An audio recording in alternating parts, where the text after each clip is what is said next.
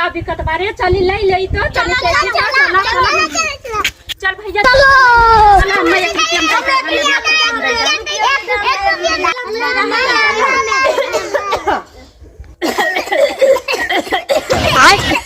एक जीवार पर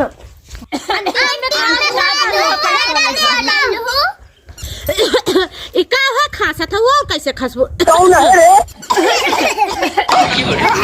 है रे